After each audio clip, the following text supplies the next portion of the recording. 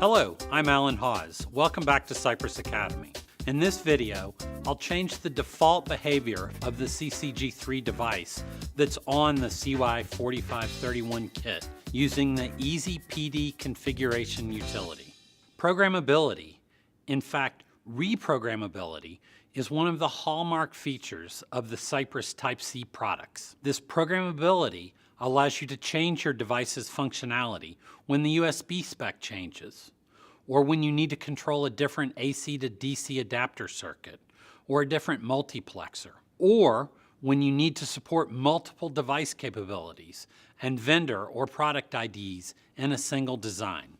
Cypress is embedded in tomorrow, your tomorrow. We don't know what's going to happen, and our Type-C programmability provides you protection against a changing world. First, I'll change jumper 3 to short pins 2 and 3 so that the kit will be powered from the USB mini connector. And then I'll connect the kit to a USB port on my laptop using that connector.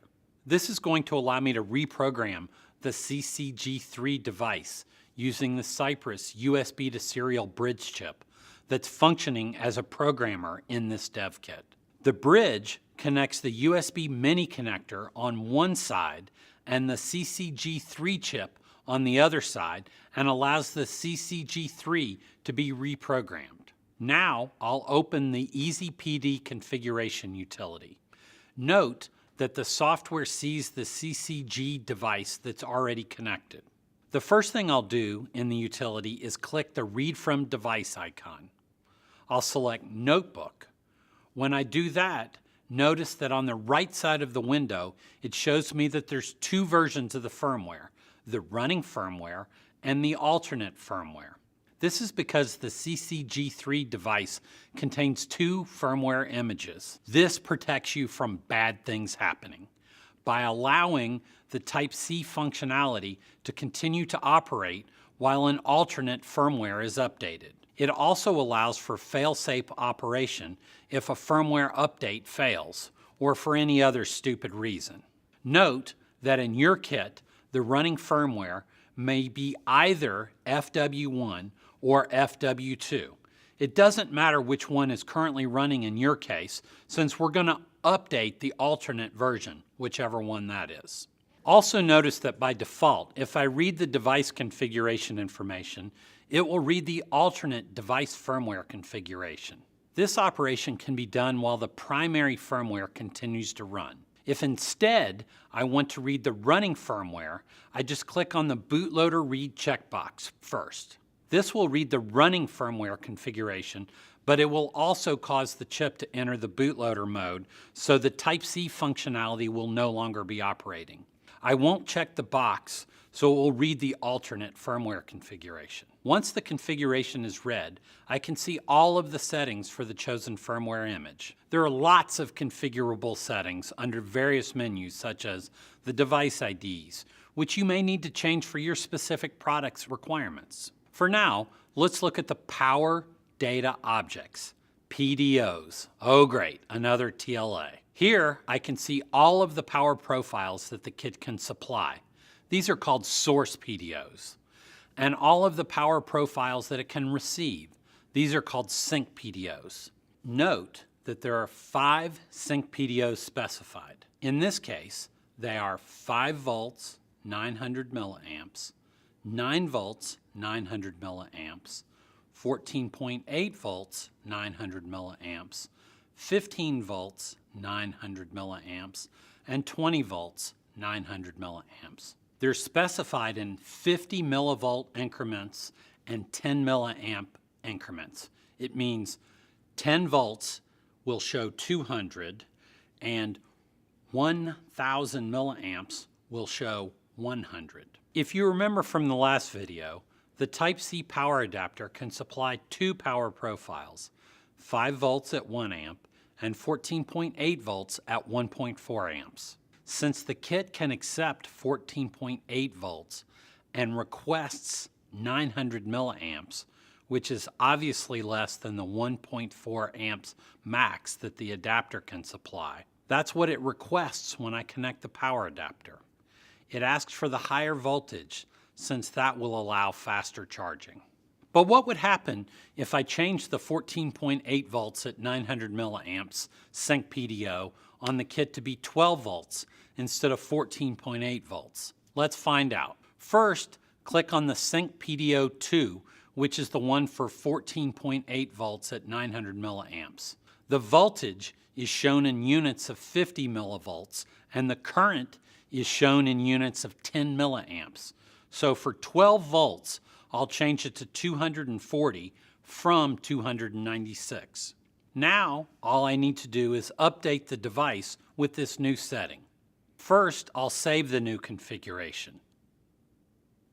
Then I click on the Configure Device icon. Then I select Notebook, and again, I decide which version of the firmware to update.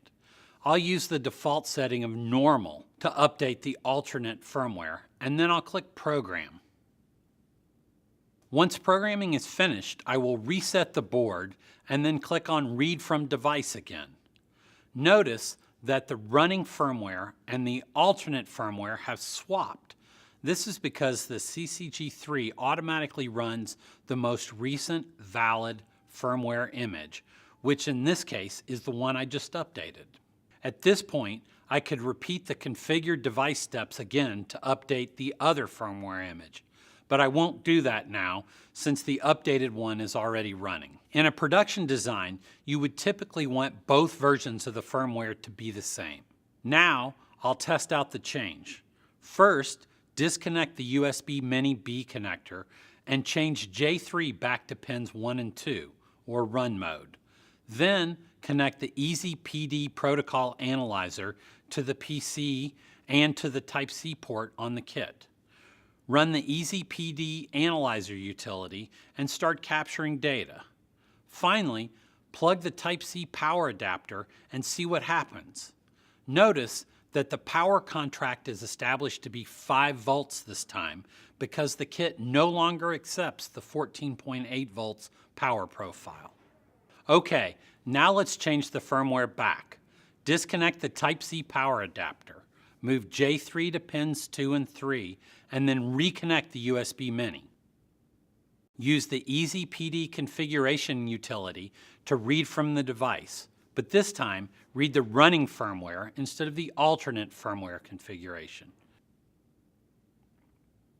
Go to Sync PDO 2 and change the voltage back to 14.8 volts by entering 296.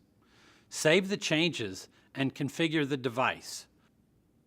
I want to update the running firmware, so I select bootloader flashing. Once programming is done, disconnect the USB Mini B and change J3 back to pins 1 and 2. Now if I plug in the Type-C power adapter, it will establish a power contract at 14.8 volts again. Cool. So now I've changed the configuration of a Cypress CCG3 device. The bottom line is that the EZPD configuration utility allows you to customize your CCGX solution to reflect the requirements of your system without a bunch of software changes. However, sometimes you need to do something truly custom. So in the next video, I'll show you how to customize the solution even more by adding new functionality using the software development kit. As always, you're welcome to email me at alan_hawes@cypress.com or tweet me at AskIoTExpert with your comments, suggestions, criticisms, and questions. Thank you.